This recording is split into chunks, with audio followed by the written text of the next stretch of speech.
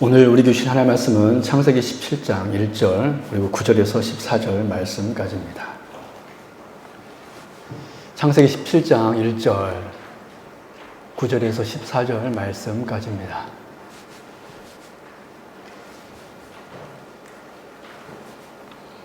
제가 봉독이 드리도록 하겠습니다. 아브라함이 99세 때에 여호와께서 아브라함에게 나타나서 그에게 이르시되 나는 전능한 하나님이라 너는 내 앞에서 행하여 완전하라. 9절입니다. 하나님이 또 아브라함에게 이르시되 그런즉 너는 내 언약을 지키고 내 후손도 대대로 지키라. 너희 중 남자는 다 할례를 받으라. 이것이 나와 너희와 너희 후손 사이에 지킬 내 언약이니라. 너희는 포피를 베어라. 이것이 나와 너희 사이의 언약의 표징이니라.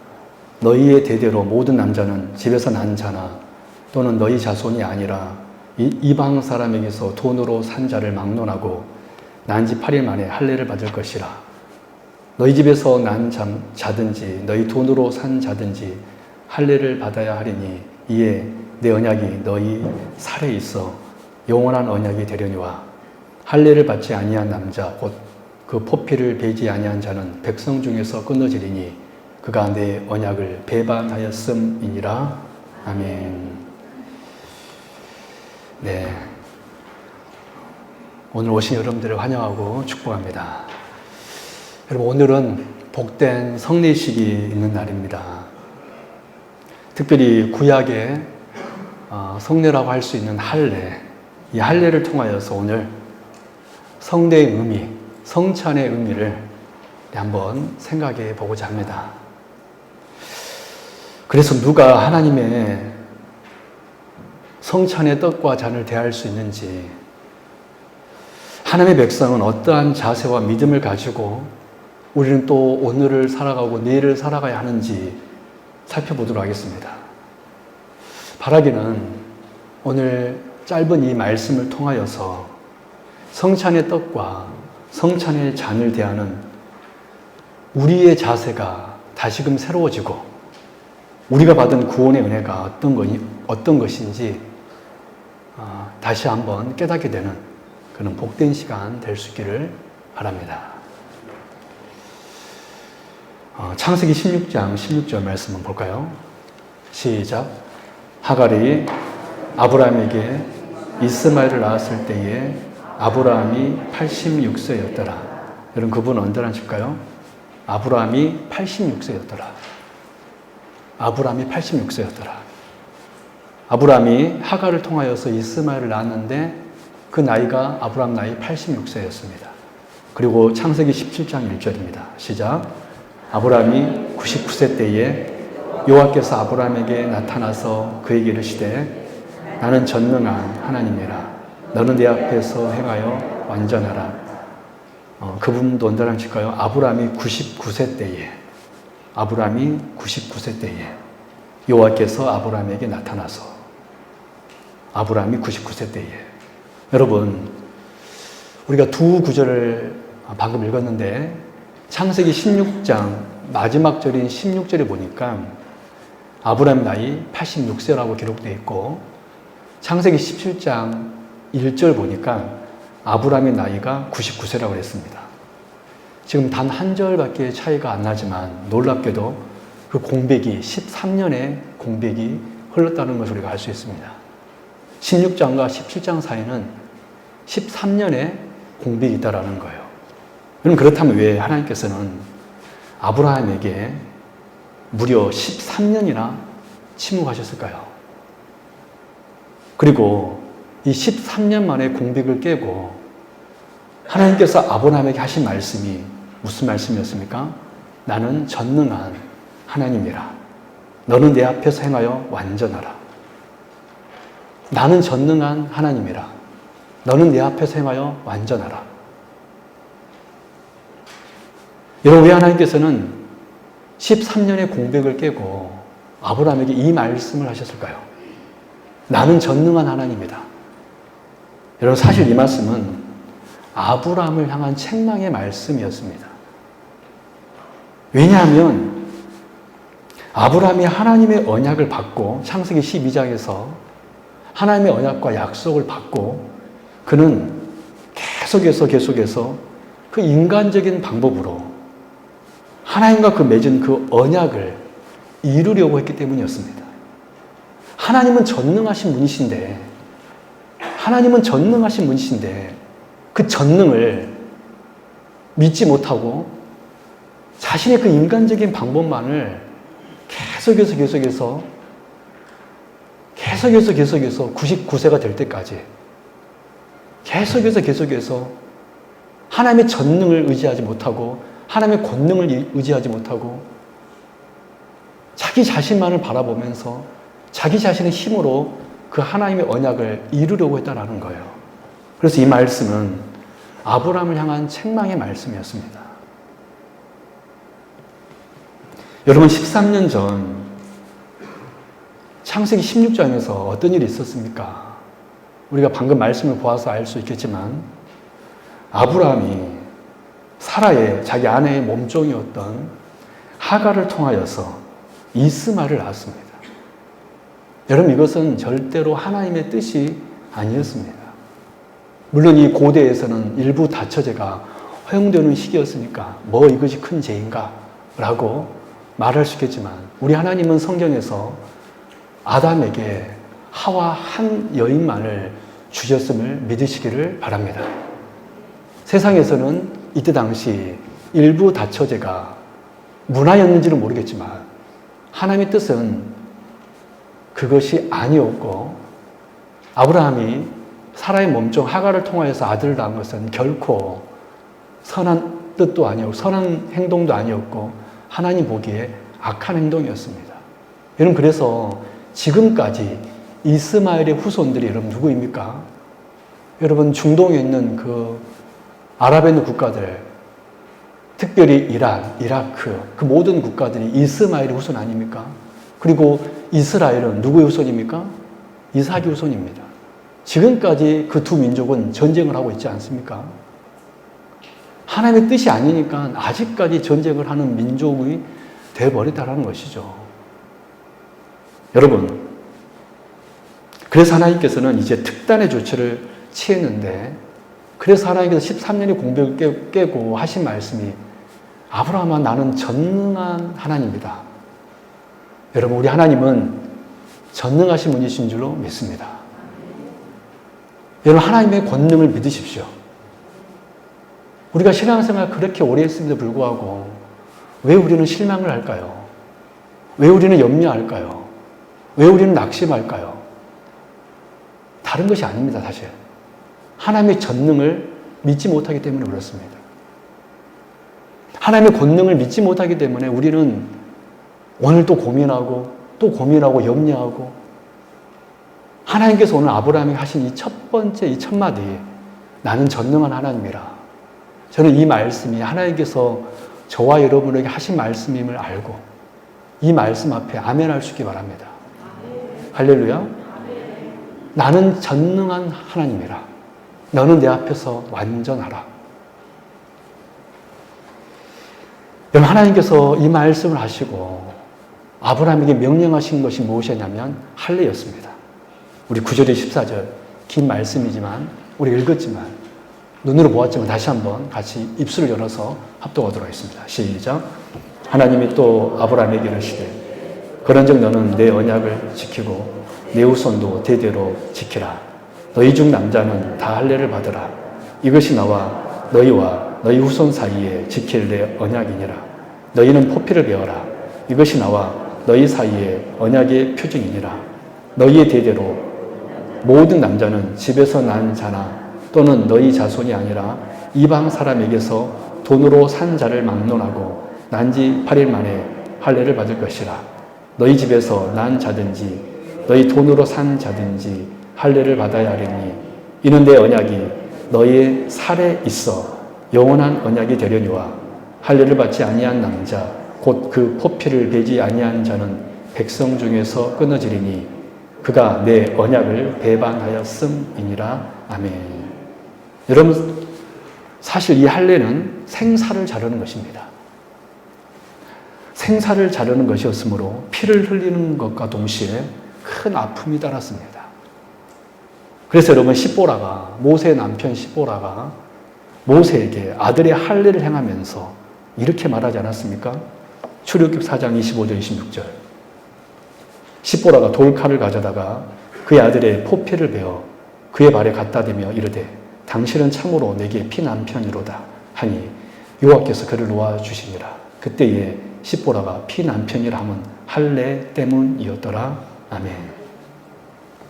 여러분, 할례는 피를 흘리는 것과 동시에 큰 아픔이 따르는 의식이었습니다. 이 창세기 4장 이 말씀의 배경에 대해서는 오늘 제가 자세히 설명드리지 않겠습니다. 그런데 여러분, 하나님은 이러한 할례를 특별히 뭐로 삼으셨냐면 언약의 표징으로 삼았습니다.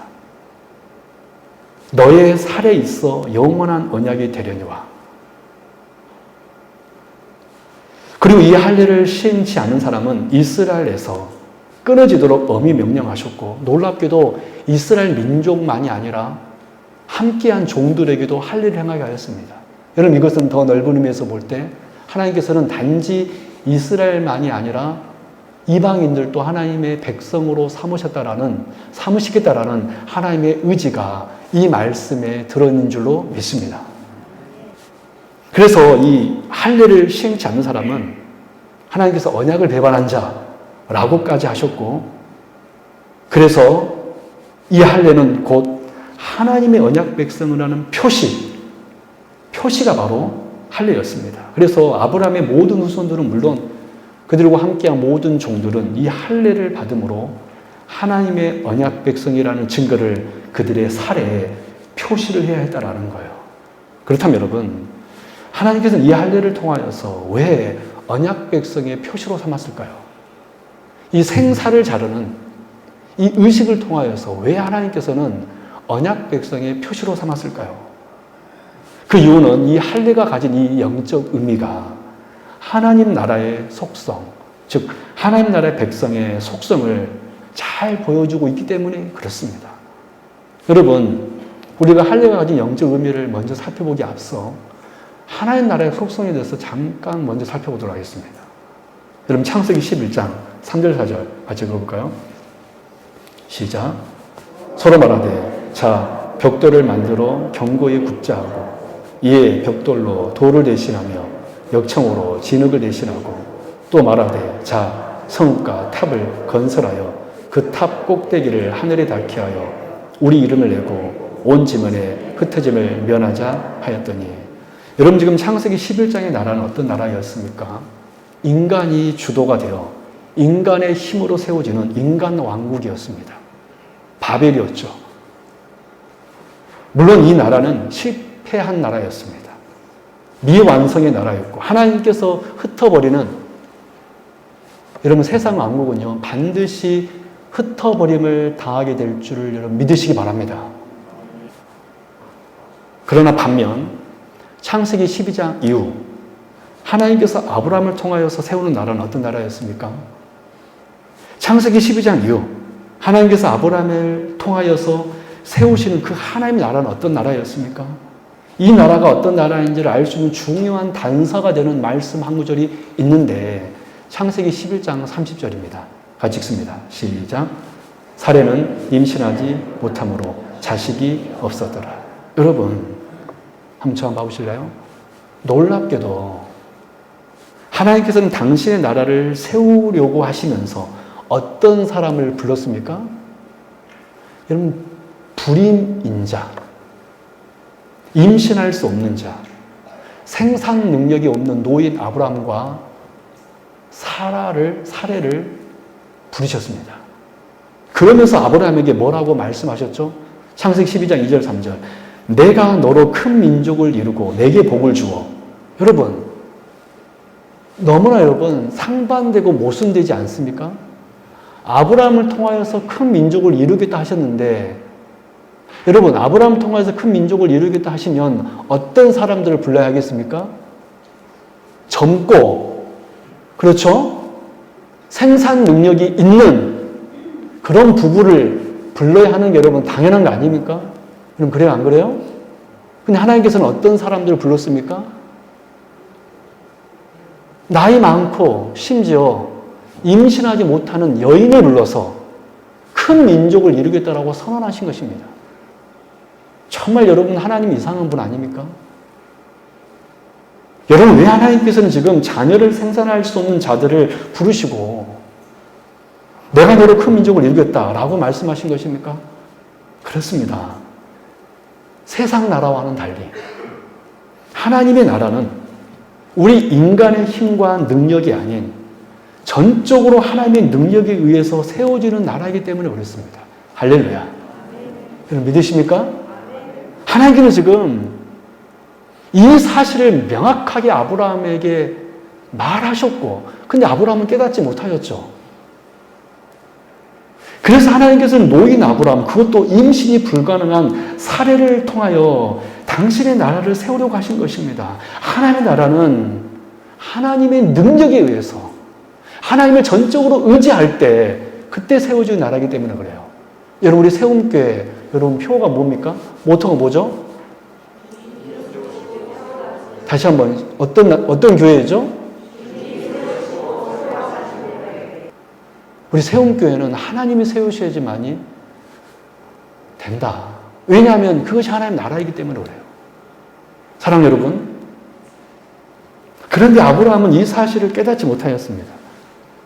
계속해서 인간적인 방법으로 하려고 하자 특단의 조치인 할례를 행하라고 명령하신 것입니다. 여러분 할례는 어떤 의식입니까? 성기의 포피, 남자 성기의 포피, 즉 남자 성기의 끝을 자르는 의식입니다. 이 할례는 겉으로 보기엔 남자 성기의 끝부분을 자르는 의식이지만 사실 남자 성기 전체를 자르는 행위의 모형입니다.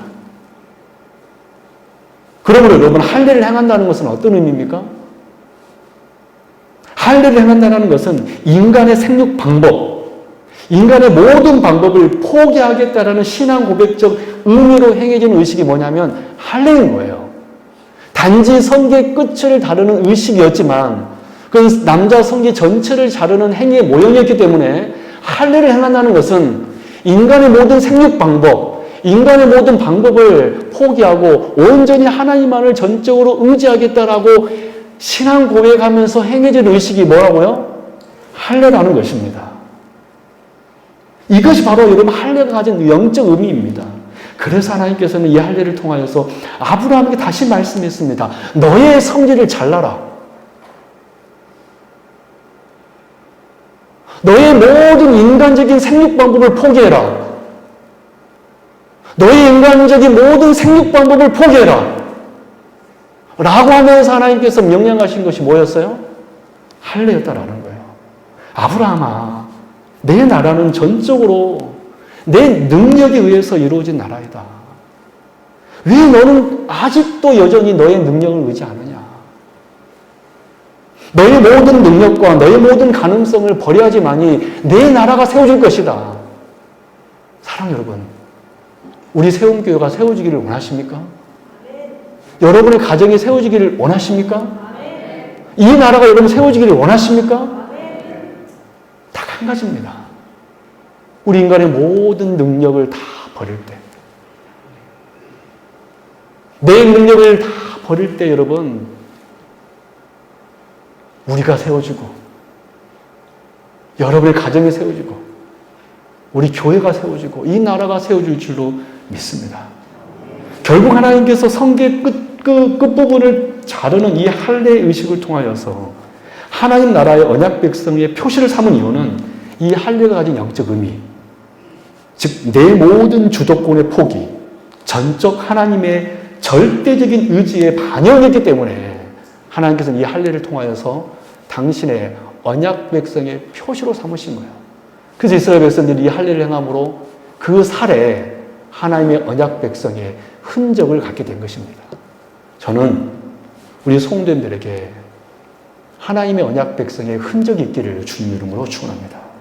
사랑 여러분, 그러므로 어떤 사람이 하나님 나라의 언약 백성이 될 수 있습니까? 오직 하나님만을 절대적으로 의지하는 사람. 그 사람이 하나님 언약 백성이 될 수 있습니다. 이런 의미에서 볼 때 참 믿음이란 뭐냐면 내 소유권의 포기입니다.